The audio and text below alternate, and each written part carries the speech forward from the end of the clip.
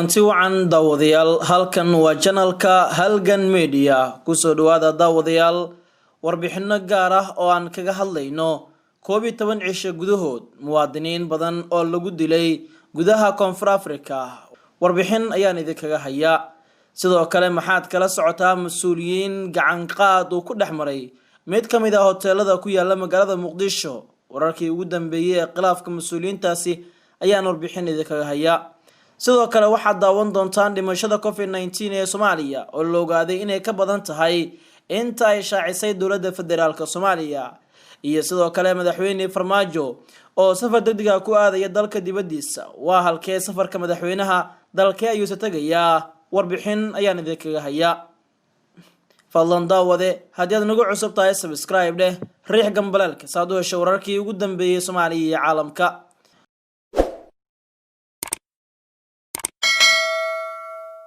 markana u diyaar garooba hordhac warbixinada aad daawateen oo dhameystiran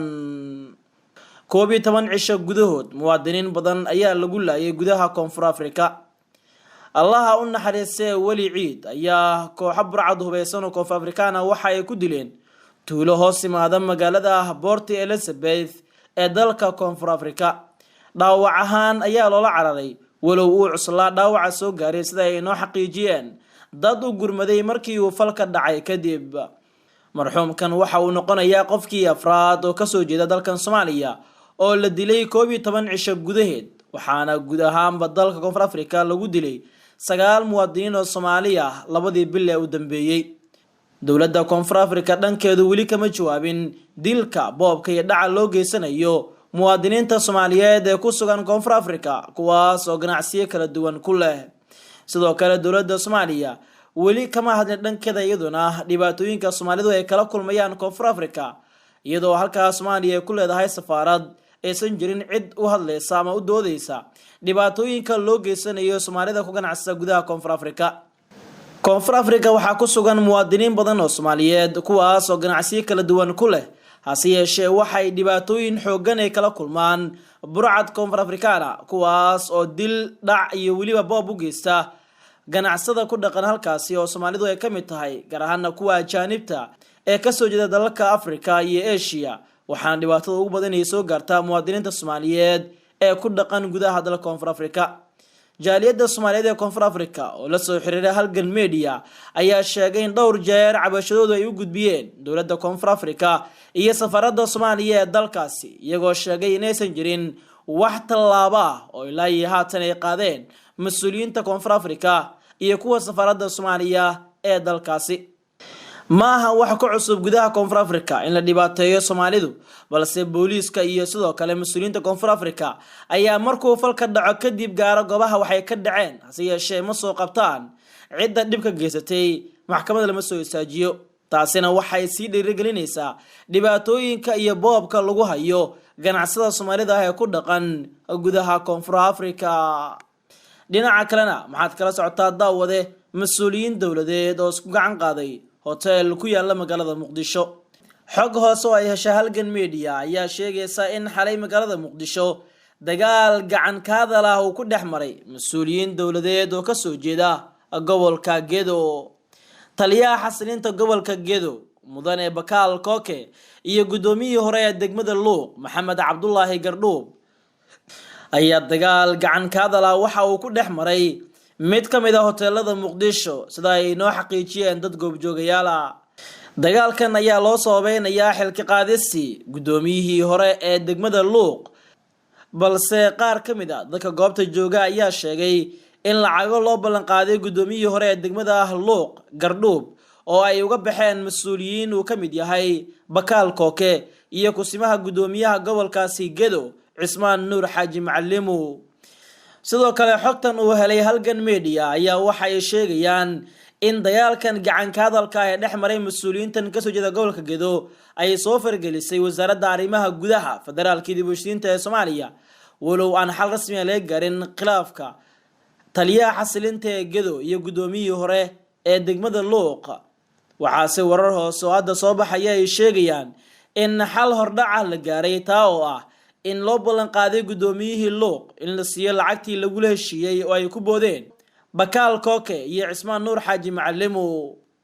gedo waxaa weli gacanta ku haysa dowladda federaalka waxaana halkaasi jooga mas-uuliyiin magacaaban oo ay dowladdu halkaasi geysatay iyagoo sheegay inaysan qayb ka ahayn maamulka Jubbaland uu hogaamiyo Axmed Madoobe. inkastoo maamulka Axmed Madoobe uu sheegay in xal laga gaari doono dhibaatada ka taagan gedo iyo faragelinta dowladda dhexe ee federaalka ku sameysay gobolkaasi,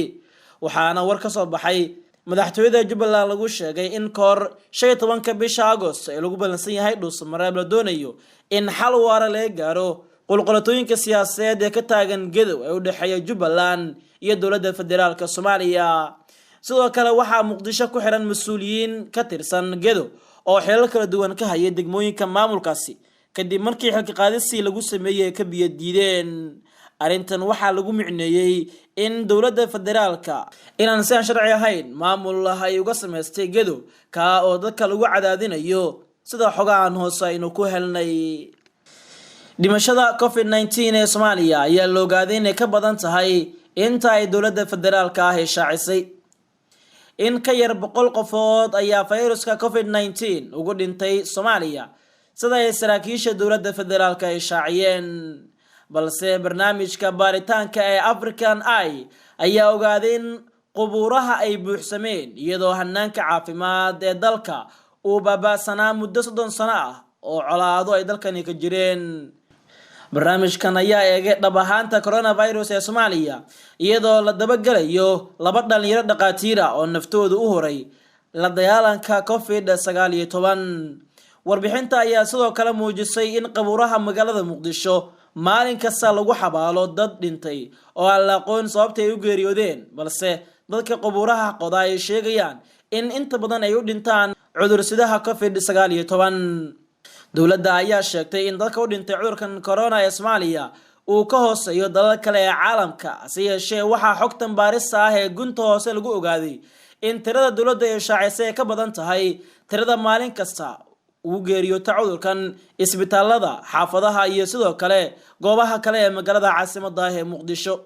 warbixinta ayaa daha ka rogaysa in la tacaalida caafimaad ee COVID-19 ee dowladda federaalka iyo guud ahaan Soomaaliya uu yahay mid aad u hooseeya marka loo fiiriyo dalalka gobolka iyo kuwa caalamka, balse dowladda ayaa lagu eedeeyay inay qarisay tiro dad ah oo isbitaalka Martiin laftiisa cudurkan uu geeriyooday kuwaas oo aan ku jirin tirada rasmi ahaan dowladda federaalku ay horay u shaacisay. warbixintan ay ogaatay African Eye ayaa sidoo kale waxa ay tilmaamaysaa in halista COVID-19 ee dalka Soomaaliya weli qatartiisu ay leedahay, isla markaana maalin kasta Muqdisho iyo gobolada kale ee dalkan cudurkan uu ku haleelo dadyow kala duwan qaarkoodna ay u geeriyoodaan.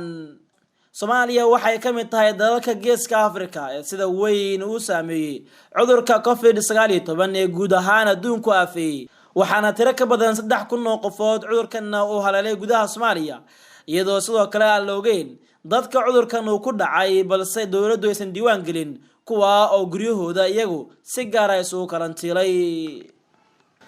ugu dambeyntiina safar degdeg ah ayaa lagu wadaa in madaxweyne Farmaajo uu ku aado dalka dibadiisa. haddaba waa kee dalkan madaxweynaha uu aadayo?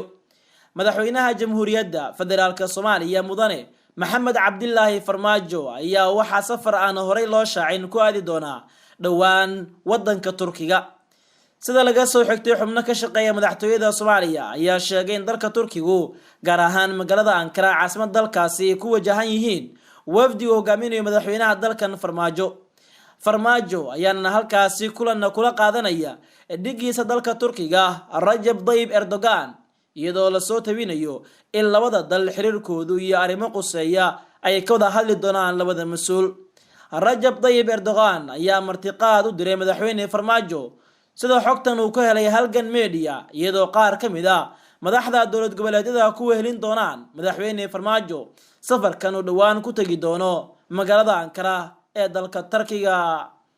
waxaa jiri doona heshiisyo lagu kala siixan doono Turkiga oo mashaariic deegaanadooda laga fulinayo maamul goboleedka ka jira qaarkood, iyadoo xogtan aynu ku helnay in maamulada raacaya Farmaajo ay ka mid yihiin madaxweynaha Hirshabelle Maxamed Cabdi Waare, madaxweynaha Galmudug Axmed Cabdi Kaariye Qoorqoor iyo madaxweynaha Koonfur Galbeed Cabdi Casiis Xasan Maxamed Laftagareen. ilo diblomaasiyadeed ayaa inoo cadeeyay in la kala siixan doono labada dalba heshiis mug weyn oo ku saleysan siyaasadda iyo in Soomaaliya si xoogan loo garab istaago xaaladan adag iyo waqtiga doorashooyinka ee dalkan. guud ahaana daawadayaal wanaga inta warbixinadii gaarka ahayd ee aan kaga hadlaynay muwaadiniinta Soomaaliyeed ee lagu dhibaateynayo Koonfur Afrika, dhimashada COVID-19 ee dalkan oo ka badan tirada dawladda ee shaacisay, iyo safar qarsoodi ah farmaajo ku tagay dalka Turkiga, iyo sidoo kale mas'uuliyiin dawladeed oo ay soo gacan qaaday hotel ku yaala magaalada Muqdisho. tan iyo kulan dambe, nabadgelyo.